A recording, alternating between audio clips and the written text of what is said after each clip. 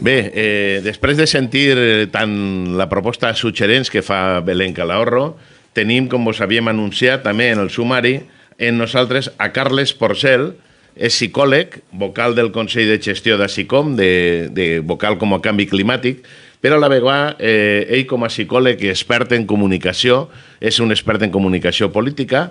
N'hi ha que dir també que és membre de la comissió que s'ha creat, que després dedicarem el temps a la convocatòria per als nostres drets i ni un pas enrere, però le convidaven tant com a membre d'ASICOM, perquè ell porta temps defensant uns nous models de comunicació per al canvi climàtic, com perquè la setmana passada ell va desenvolupar un taller anomenat Pensem en gats àgils, no en la ultradereta, molt interessant, i li havien demanat que, com la seva web és capacitador.es... .info. .info.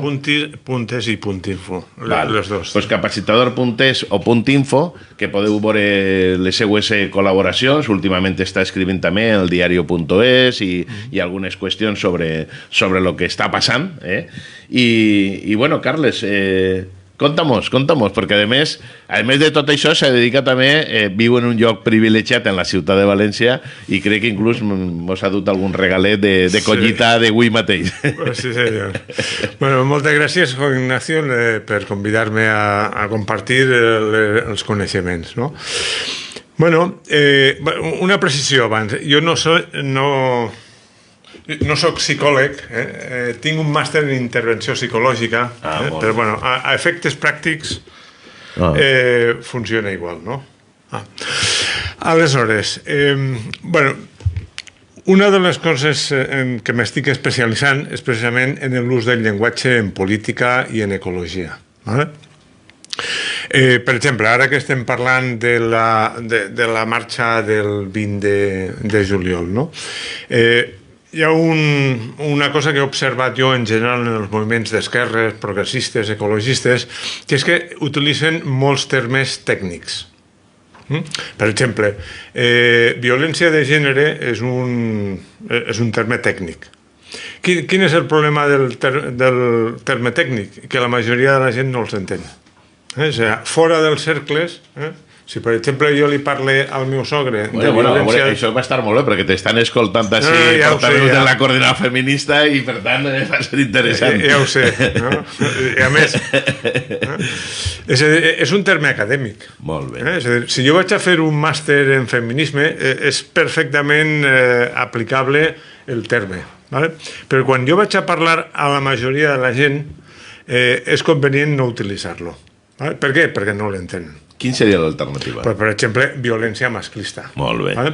I si un vol donar més canya, va parlar de maltractadors masclistes o directament assassins masclistes, depèn de la situació. Per què? Perquè és més fàcil que la gent entenga de què va la cosa. És a dir, per què, per exemple, estava parlant de divorci dur Feijóo? Perquè no apareixen persones. És un concepte abstracte que, a més, jo estic molt al·lucinat de que la gent entre en aquest concepte. No, és que els divorcis durs i no sé què. Deixeu de dir això. Hem de parlar de la persona, que aquesta és una persona que possiblement tinga una certa inestabilitat emocional i que no sap enfrontar-se als moviments vitals que li toquen. Clar. Conta'm algo de com has parit aquest títol del taller. Pensem en gats àgils, gats de felins, de gats àgils, i no en la ultradereta, perquè aquesta és una de les teues tesis que estàs treballant en els articles, en reflexions, etc. Anem a veure. Tot això ve del llibre que, si no l'heu llegit, us el recomane, perquè han passat ja més de 15 anys de la publicació en castellà i en català de No pensis en un elefant, que és de George Lakoff. I aquest fenomen de no pensar en un elefant, Lakoff ho va fer perquè el Partit Republicà té el símbol com l'elefant, però també és un fenomen psicològic. Si jo us dic que no penseu en un elefant, ni en 2 elefants, ni en 3 elefants, ni en una bandada d'elefants, i per favor no us imagineu que aquests elefants estan en un riu i estan agafant aigua amb la trompa i s'estan dutxant, en què esteu imaginant? En elefants. Vale? Què passa? Que quan un està parlant que si l'ultradreta fa això, que si l'ultradreta fa allò, que si estos són uns no sé què, uns no sé quants, s'estan fent un tipus de comunicació que, per als que estem sensibilitzats, està creant tot un estat anímic que no és favorable. És a dir, por, ansietat, etc. Coses que no venen al cas, perquè precisament és el que estan intentant, és ficar por. Però lo del gat àgil és que té les connotacions de que els gats, quan són àgils, poden caçar ratolins, poden saltar coses que a nosaltres poden ser més difícils, és a dir, té aquestes connotacions, i del que es tracta és precisament de crear una comunicació que siga àgil, que siga hàbil, fent front a aquest tipus de discurs, perquè ells són especialistes en com crear situacions perquè la gent pique. El cas més clar va ser en Andalusia, les primeres eleccions que es va presentar Vox, que van fer una campanya on posaven tota classe de missatges que ja coneixem, moros fuera, los de la Paquita que se vayan a su pueblo, bueno, coses d'estes. I què passava? Que quan la gent llegia aquestes coses anava i contestava en el Facebook. I què és el que aconseguien? Difondre més els missatges. I aleshores arribava a més gent i aleshores el famós algoritme el que feia era potenciar aquest tipus de missatge. Clar, ho van fer a propòsit. Hi ha tot un substracte psicològic davant d'aquesta estratègia que la tenen molt ben calculada. I quines són les teves principals recomanacions tant per a les organitzacions polítiques com per a les organitzacions socials de cara al 23J? Estem ahí damunt, sí. Però bueno, què se podria fer o què n'hi hauria que tindre present? Bueno, primer de tot, utilitzar un llenguatge que siga més planer, que arribi a més gent. El cas de violència de gènere, s'ha de ser clar, són masclistes violents, per exemple. Si estem parlant, per exemple, he llegit en un lloc, on estava això, aplicant els avanços normatius. O sigui, el meu sogre o la meva sogra mai parlarà d'avanços normatius. Això és un llenguatge tècnic. I què passa? Que com que nosaltres estem molt acostumats a utilitzar aquest llenguatge, aleshores pensem que tot el món utilitza aquest llenguatge. Per exemple, en ecologia, que és una de les meves especialitats. Una volta a un company meu fa un article sobre extractivisme. I damunt no explica què és l'extractivisme. Ell ha llegit no sé quants articles i quantes coses sobre l'extractivisme i pensa que tot el món sap d'extractivisme, o descarbonització. Anem a veure. Si la majoria de la gent no sap ni què és això. No penses que tal vegada els governs de l'esquerra, del Botànic, o el govern en Madrid, o el govern del Rialto en València, s'han clavat massa en la gestió i aïllat de lo que és la vida real, perquè clar, la gestió porta a elements tècnics necessaris, a elements de pensament, però després, clar, perdre el contacte en la realitat de la gent o de la ciutadania, que el que és la conversa ciutadana, el que és l'agenda mediàtica, pot ser una de les causes. Clar, és una de les causes. Jo recordo estar en la jornada municipalista i escoltar una conversa que deia és que jo porto no sé quants mesos que he demanat una cita amb el regidor i no me la donen. El regidor dirà, no, és que estic molt ocupat. Em sembla molt bé que estigues molt ocupat, però tu el que has de calcular també és que si et fiques massa en la gestió, després et desconnectes de la gent. I una altra cosa molt important també, que tu has de vendre. O sigui, ja sé que no és la paraula correcta, no? Però tu has de vendre la cosa.